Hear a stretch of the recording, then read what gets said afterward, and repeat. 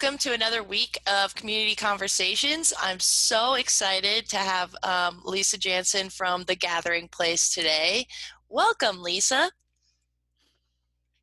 Hello, I'm so glad to be here. Yes, and welcome to your nice virtual background. It's so perfect for this, so thanks for having that on there.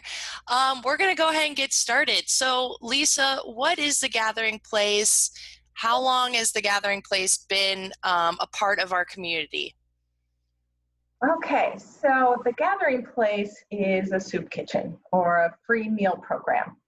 It is one of 18 unique programs offered through Community Action Partnership of Lancaster and Saunders counties.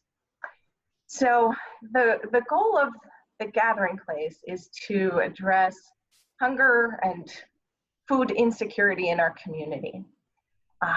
This program, well, the Gathering Place has been here at 1448 E Street for 38 years. Early on, the founders realized that our community needed a place for people to really gather, to come together for many purposes. And they had some hospitality type center events, some classes, some support groups. And as they were providing some cooking classes, they were recognizing or offering meals to the community.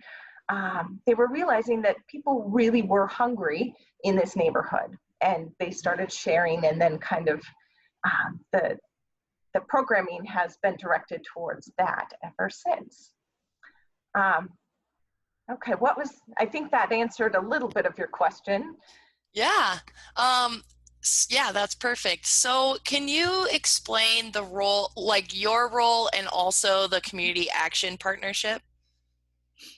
Sure. So being a program of community action, it's really wonderful. We have the ability to connect people to other programs like Head Start, rent and utility assistance, tenant landlord support. So the same people we're seeing that might be coming for a meal, we have a direct connection to get them support in some of the other areas that they may have.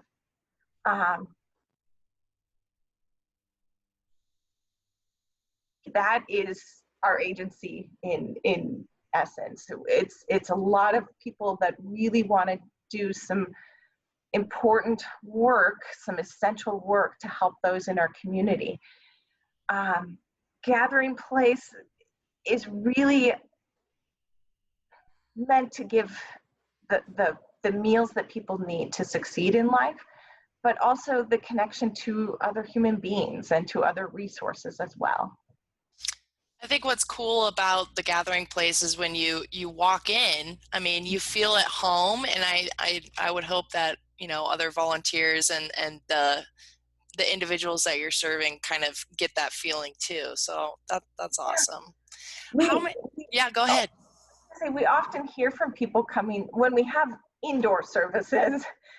They come in and say, oh, this is great that you have this in a home. It just feels so comfortable. It reminds me of my grandmother's house, something to the effect of that. And it's so neat. There's 2 levels and a front porch where people can eat. And so no matter your comfort level, you can find a place that's comfortable to sit and eat your meal, or you can get it to go, so that any level of comfort for joining us or just going home, we can accommodate for that. It's really wonderful.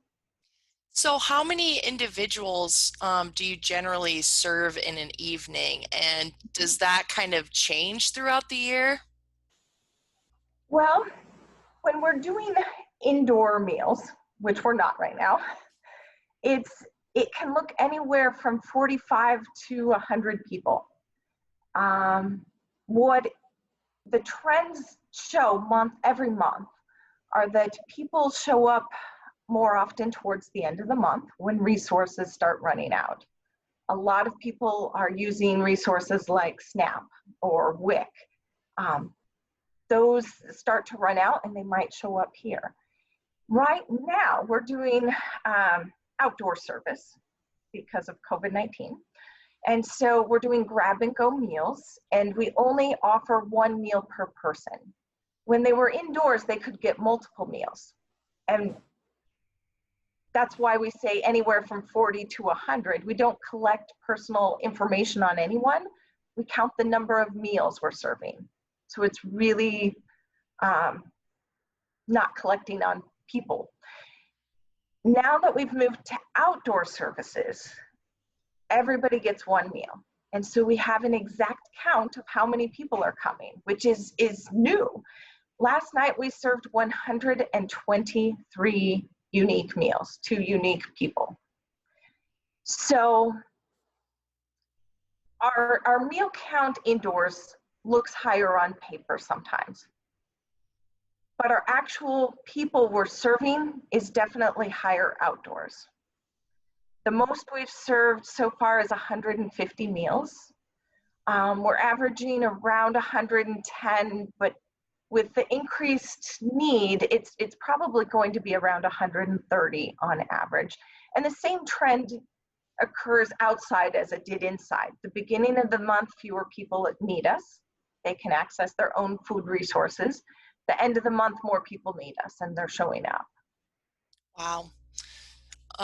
So let's talk about your operations a little bit prior to the pandemic. So how many staff actually work at the gathering place, and then what is your volunteer pool like? This is such a good model. We have a very small staff. We have 3 people that are gathering place employees. We're working on hiring another or more. And so that's typical for indoor services. And then this wealth of volunteers. It is incredible. When I started here in 2016, the volunteer list, it's 30, 35 different groups and many individuals that are dedicated throughout the entire year, not just for one time or 2 times, but they show up the first Monday of each month or the third Thursday. It's an incredible view of our community too. It's faith-based, it's service groups, it's running groups, it's banks, it's the food bank, you name it. The people in our community are showing up to volunteer. So the thing that was hardest when I first started, and still to this day, is that sometimes we have to say, no, we can't take on more volunteers. We are so lucky. I've toured some other free meal programs or soup kitchens in other communities, and they struggle. They struggle to get their community to volunteer. We don't have that struggle here. We have the most incredible volunteer base that shows up every month, every week, every day now, because we're open 7 days a week now, and it's fantastic. So very small staff and a lot of support from our community for volunteering. What a great problem to have. Have to turn down volunteers once in a while. Darn it. I should add, right now, this is unique to now. We have gone to 7 days a week meal service. This is the most amazing success story. Previously, we were doing Monday through Friday, and now we're doing 7 days a week. Let me just tell you how this came about. So we did a survey at the advice of our Gathering Place Advisory Committee that addressed what are the gaps in services.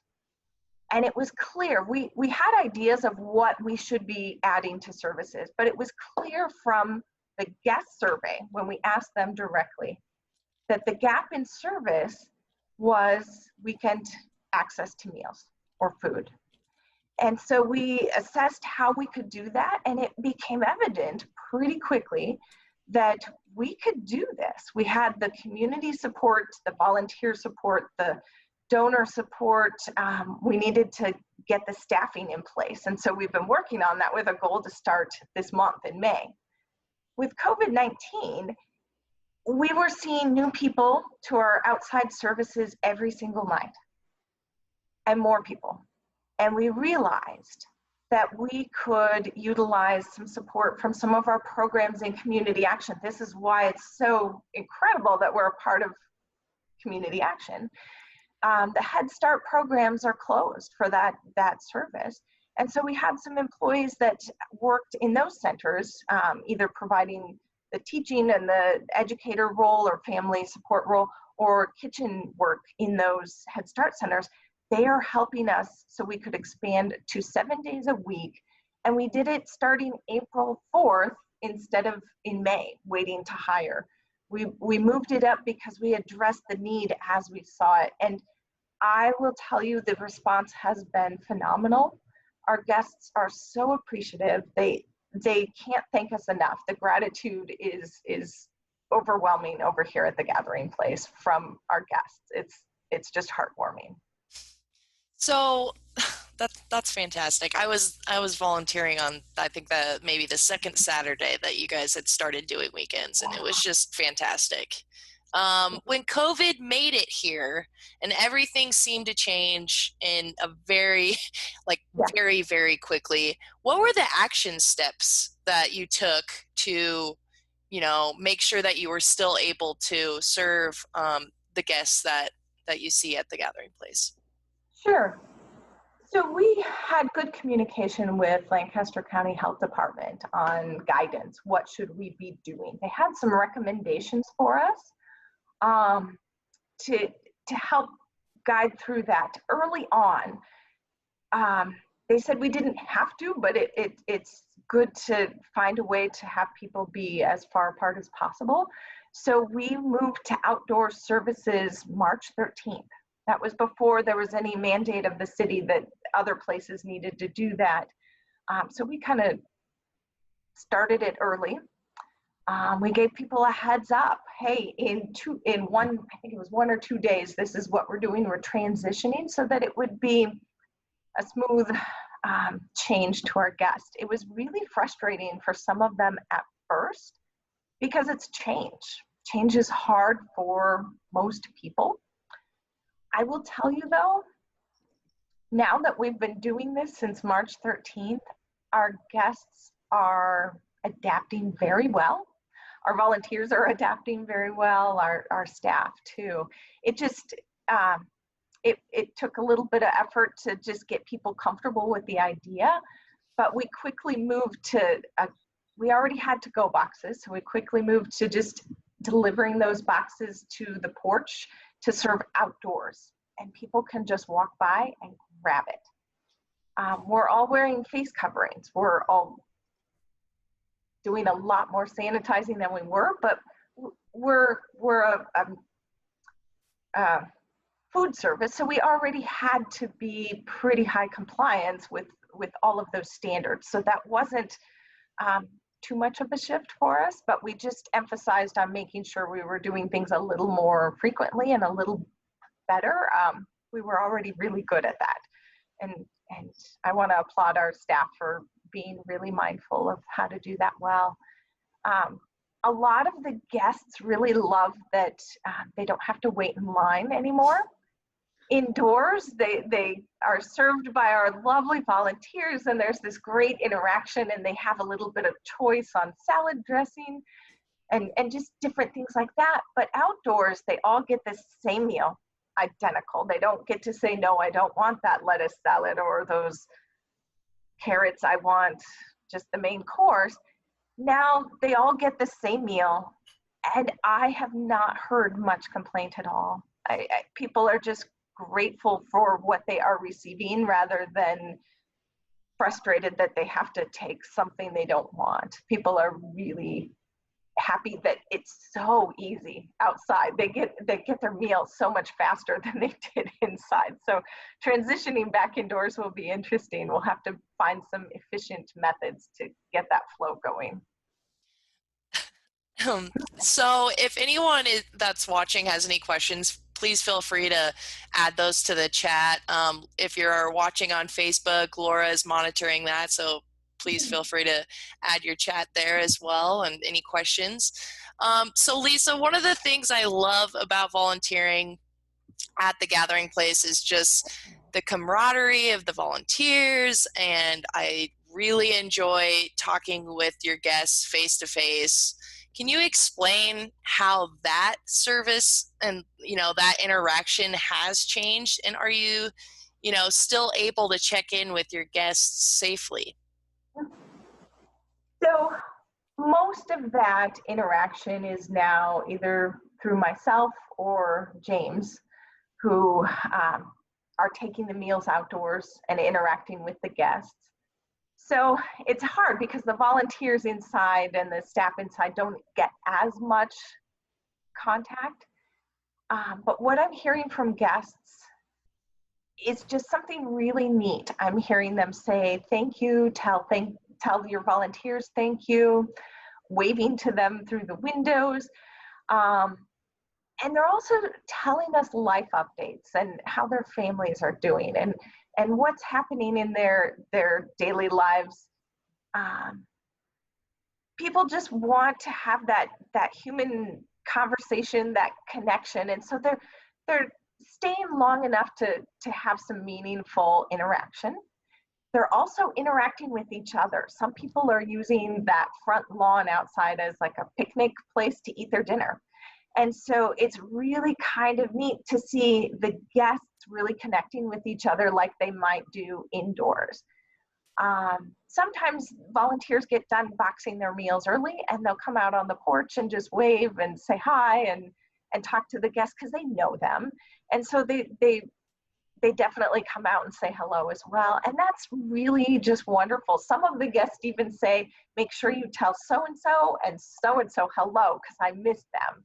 And so there is that back and forth, and I'm making sure that people know that the volunteers are in there still packing their meals. And it's just a wonderful thing to see guests' gratitude. And then they're also checking in with each other. It's really neat to see them support each other, share phone numbers, and just be supports, just as they would do indoors and they would do with volunteers. It's still happening. It just may not look the same, and it may not be as long of a length of time or as much with the volunteers, but it still exists. So you talked about expanding your hours, and that is a huge success. What other successes are you having? Oh gosh, success is just our ability to pull together in such a unique time. Um, like I mentioned, we've got support from other programming. I'm going to say thank you to Katie, who's watching and part of this. We've got Katie and Sarah and Sheila and many others that are coming here to do good while they're not able to do their normal good. But I think that's just a success, pulling together, finding creative solutions for how do we do this effectively. Our community has really also just been wonderful. We're getting water donations, so we could do bottled water for our meals. We're getting donations of bags from places like Hy-Vee, and the next bag donation is coming from LES, and support from many groups. I don't want to say one in particular because I'll forget all the others, but they are asking us, what do you need? What kinds of things can be helpful? And they're supporting us in a multitude of ways. We've had support from community providing hand-sewn face coverings so that our volunteers and our guests can have those without any interruption. I think that is a success right there. Just quickly having our community and our staff pull together and make this work. It's been incredible. And yeah, we're going on every day and making it happen. And that's just beautiful. 7 days a week. It kind of blows my mind. Well, it's awesome to see the passion that you have for the work that you're doing because it's so important. This is a question from Kim Ichia. Because of the increased needs, is the agency needing more funding? This kind of goes along with what you're talking about with your successes. Yes, Kim, hello, and thank you for such a good question. Yes, we need support to make sure we're keeping up with this demand. We have no idea how long this is going to last. And each night, I see new people every single night, new people telling me I'm newly unemployed. I've never done this before. I see families that I've never seen before. Just, I see the demand increasing. And so we need to keep up with that pace. This is such good timing that Give to Lincoln Day is coming up. I will mention a few things about that if that's okay. If anyone's interested in supporting Gathering Place, Give to Lincoln is a really wonderful time to do that because right now, the first $10,000 donated to Community Action Partnership of Lancaster and Saunders County through Give to Lincoln are going to be matched dollar for dollar. And that is thanks to the Henning Family Fund. So right now, it's really a wonderful opportunity to double your donation. It's essential, though, that you find Community Action Partnership of Lancaster and Saunders County. There are many community actions through Nebraska and through our country. You may stumble upon a different one that has nothing to do with us and nothing to do with the Gathering Place. So finding that is key. Our website, which is communityactionatwork.org, has a direct link to that site for the Gathering Place to Give to Lincoln, or for Community Action Give to Lincoln. And if you're doing that through our agency, Community Action, just notate if you want it to go specifically to the Gathering Place. It's pretty simple. I made my donation today to test it out and see how it went.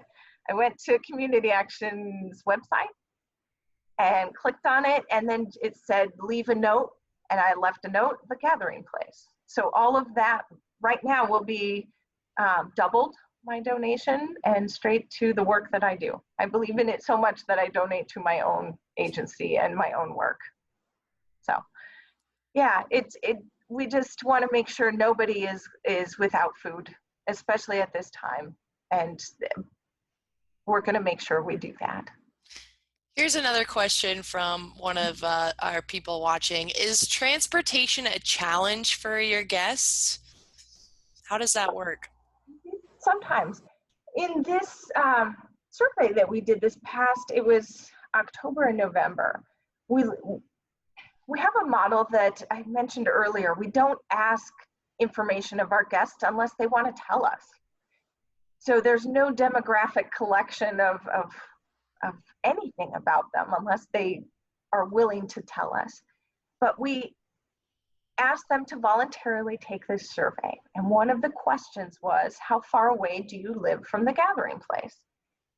I don't have it in front of me, but I think it's 80% live within a mile of the Gathering Place. And a big percentage of the people are walking. Some of them are taking the bus, some of them are on a bicycle. We see a lot of bicycles here. And some people drive. But what is really neat is it's addressing a need in this neighborhood, which is pretty high density and just a lot of rentals, a lot of people. So that makes sense. There's a lot of people nearby. So some people, it is a hurdle for transportation, but a lot of the folks that we're serving are really able to get here easily. That's the nice thing about our setup, is it's a lovely house in the neighborhood. Most people don't have to go really far, and it's not very intimidating. It's a lovely home. So we're seeing people find us accessible pretty easily. I'm seeing a lot of folks come in cars that I don't know where they're coming from, and I don't know much about them. Many of their guests, like I said, we don't collect data on people, but many of them will tell you so much about their lives and so much about their families and how thankful they are for what we're doing. I hear just wonderful stories of people's lives and how meaningful it is to have supports and people that care about them. I've got two more questions for you, unless any others come in. This one is from Laura. I love this question. Do you have suggestions on what might be ways to put yourself out of a job? Oh my gosh, I would love the day that I was forced out of my job. Um, it's hard. I'll rephrase this. It's beautiful to imagine where no one is hungry. Let's challenge our world, our community, to say find solutions for hunger insecurity. Um, that's a big task to tackle. We need living wages and employment for so many people and so many services and programs in place that it's hard to even start. But if we can tackle that, I'll be happy to just retire and go running all day and night, and I'll be fine. I really would. In the meantime, if you have questions about how you can help us, feel free to reach out. My contact information is on the Community Action website, or yeah, I can share that with you later. Yeah. That's awesome. Okay, so, we are Leadership Lincoln. How has leadership played a role in your organization and the success of your organization, and especially pivoting with the pandemic? Oh, sure. One of the reasons why I enjoy working for Community Action is good leadership. We've got a wonderful leadership team that helps guide us, and we're in good communication. People are very thoughtful. I think our agency mission is empowering people living in poverty to reach economic stability. I think there is so much passion in what our agency does to help people make sure that they're better off and that they're succeeding in our community. And so we have people at every level of our staff that are dedicated to doing the work that's essential to help people. And so I think knowing that that is our mission and that is our purpose, it was very, I don't know, comfortable to have our leaders getting us in the right direction. I think when you have a strong mission, it's easy to pivot. But we had to consult with the right people, with the health department, to make sure we did everything safely. We want to make sure we're doing it properly as well. So I really want to applaud our entire, I love who I work for and who I get to work with. So that's part of it. Well, Lisa, thank you so much for coming on here today and talking about the Gathering Place. Love the work that you're doing. This is a message from Joel at Lutheran Family Services. Lisa, you rock. Keep up the great work. Oh, thank you. And Joel, I know you're doing great work at Lutheran Family. We have so many essential partners in our community right now that are making sure the people that need the services are getting them. It's not just us. It's the folks that you're working with. Again, I won't name everyone because I can't think of everyone and I'll miss someone, but Lincoln is a really fantastic community. In my role, I've worked in different programs that help people.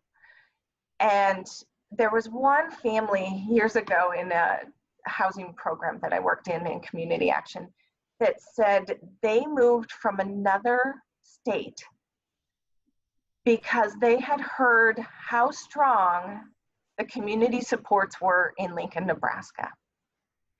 And they were struggling elsewhere, and they wanted to get out of a situation that was just really, they didn't want to raise their kids in something that was so stressful. And so they had heard word of mouth in another state couple states away, that Lincoln, Nebraska was the place to be if you want to get started in a good direction. And I would say I agree with that. And I applaud all of our community members and the leadership from our community that makes it possible for families and communities to thrive. Good work, Lincoln. Yay, Lincoln. We Yay, love Lincoln. Lincoln. Yeah. Well, thank you so much for being here again. This has been a great discussion. I really enjoy talking with you.